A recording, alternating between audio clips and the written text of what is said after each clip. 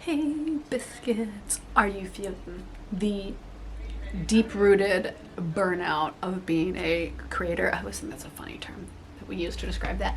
But a social media content creator, it is, I can't believe how many other creators I've talked to who are just feeling burnt out this year. I think that it's all the changes in the algorithms and in viewer ratios and like the content, the style of content that all the social media pages want people to make has changed.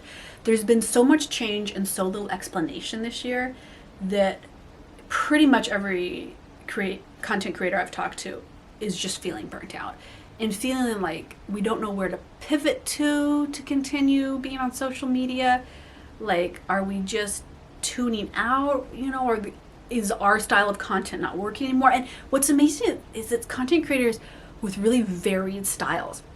It's not just like the self-care content creators or the parenting content creators. Everybody's kind of feeling this burnout. And I think, there's been so many rapid changes over the last couple of years, and this year in particular, that it's really easy to feel like you're banging your head against the wall. So my number one thing, and I feel like creators cringe when they hear this, but we all agree, we nod with it. I don't know if I'm comfortable with this idea, is it's okay to stop. It's okay to slow down, to make less, to take December as a time to kind of hibernate a little bit, think about your self-care, your emotional and mental well-being, and to then approach 2023 when it comes and to see what new things are going to come. It's okay to hit pause and stuff. And that can be so hard. I totally understand that. Because, when social media is your job, you feel this obligation. Like, I know that as a mama, I'm the breadwinner I'm the breadwinner for our family. And like, I want to make sure that I can provide for our family, especially with the way prices are growing up and stuff. So I think maybe that's been part of the burnout this year. There's been this double pressure of all this change without explanation in algorithms, and then the pressure of just the cost of living has gone up so much. But you've got to, at a certain point, realize that you can't create fun content, good content, playful content that you feel good about putting out in the world if you are totally burnt out. So that's when I just hit the pause button. And every once in a while, my life will get so hectic and crazy. Sometime this year, I can't remember what month it was, I realized I'd only posted on my second YouTube channel once. And in my mind, I had made all these videos, but I realized that I had just been so busy. And I had to step away for that moment and just kind of get all my other business plates that I was juggling, worked on, my family life worked on. And I had to hit that pause button. I had to be okay with that. And I think that a lot of us content creators are like super workaholics. Content creation is definitely, there's a lot of working by yourself. So it's hard for us to gauge how much we're working. But I have really tried this year to be organized and forgiving of the schedule, because there's only so much you can do. I've prioritized not burning out because this year I've just felt it from every angle for work. I don't know why exactly, but everybody I talked to has shared this. I would love to hear in the comments, if you follow content creators or you are a content creator, have you been feeling kind of burnt out or just creatively exhausted? Because that's just what I've been hearing from everybody. And I'm curious why we're all feeling that, because it's definitely like this universal vibe of we're not feeling the vibes that we want to. Sorry, biscuits. I keep coughing. But I wanted to get back to my second piece of advice, which is really, I'm trying to think how to word this, really finding what creatively sustains you, what inspires you creatively, and then pivoting to that content. I've been switching up my content a lot this year, and I've just been talking about things that have been on my mind this year. Things that I've been researching, like in my family life, we're going through this big, upheaval's not the right word, but this big focused shift in our family of we've been trying to decide a path that we want, Do we want to do a lot of digital nomad travel? Because I love to travel, and before the pandemic, we were big travelers. We were traveling 3-4 months out of the year, and it was just really normal. And post-pandemic, I've looked into the digital nomad thing, we've tested it out, and we're really leaning towards just doing some homesteading instead, kind of putting down roots, which is like, if you had asked me in 2019 if that was going to be the case, I'm like, no, what are you talking about? So that's really changed like the content I've been making, because it's very much been a stream of consciousness for me on this channel this year.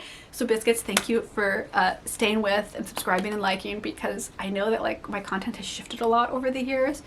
I got asked multiple times in a Q&A on Instagram why I shifted from parenting, gentle parenting tips, sensory processing disorder parenting, and breastfeeding, lactation consultant topics, and I just got burnt out on the negativity from it. That's really what it came down to, is like, I want to put out content that I feel good about and that reciprocates positive energy in the world. I don't want to be putting out content that brings a lot of negative energy to my life or to my family or my children. And I've just gotten, the more I've done social media, the more protective I've gotten of my kiddos and my family. Because we just had some like strange online encounters with some really creepy people that I don't have time for. Like, I do not tolerate creepiness towards families or children. I am just not, I'm not here to be forgiving and understanding of that. I'm like, no, that is my hard line in the sand. No. And so I really switched it up to my stream of consciousness, like my life and my thoughts on here. So if you are feeling really burnt out, I think that a great thing to do is to look at, do you need to shift around what you're creating? What is that spicy energy that makes you laugh and smile when you think about creating it? Like this year, you Biscuits have been really lovely on the Wholesome Feed Me episodes. We've only done a couple so far. We're going to do more next year, which is like a little travel food show, because that's something that I love consuming as a watcher. I love watching travel food shows. Oh my goodness. And I adore filming them. Like, it is just zesty and fun. It's absolute insanity trying to film a travel food show with children in tow. But one of my general rules for work is I don't want to take on work projects that take me away from my family for extended periods of time. So if it's travel related content, it has to be something that I can do with my whole family. And so that just means, the crazy circus comes to town and we film.